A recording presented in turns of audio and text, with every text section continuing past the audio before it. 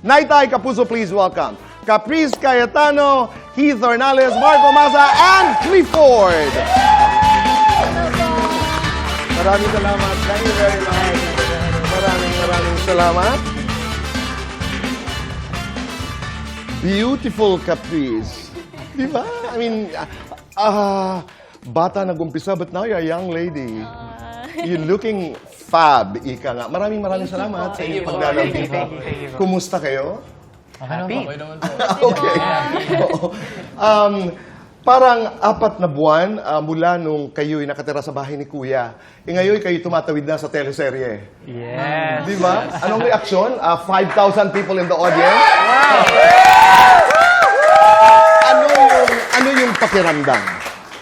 Grabe, nagpapasalamat po kami ever since na lumabas po kami ng bahay ni Kuya. Grabe po yung love at suporta po na binibigay sa amin. Kaya maraming salamat po sa Solids and Ships sa inyo. Ang show po na ito na Your My Favorite Song ay para sa inyo. Yes.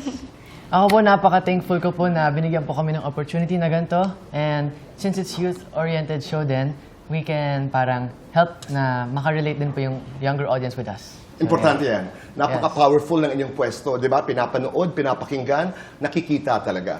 So ano yung pakiramdam nung ito na?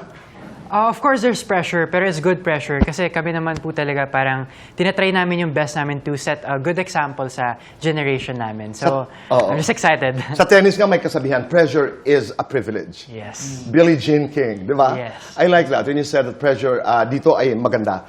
Clifford. Like what they said po, parang we're just as excited as the viewers din po. If the viewers are so excited, we're also very excited to watch our characters come into life sa June 22 po, Tito Boy. Dapat yan. Di ba? Kasi pag nararamdaman mo, nararamdaman ng nanonood sa'yo. Po.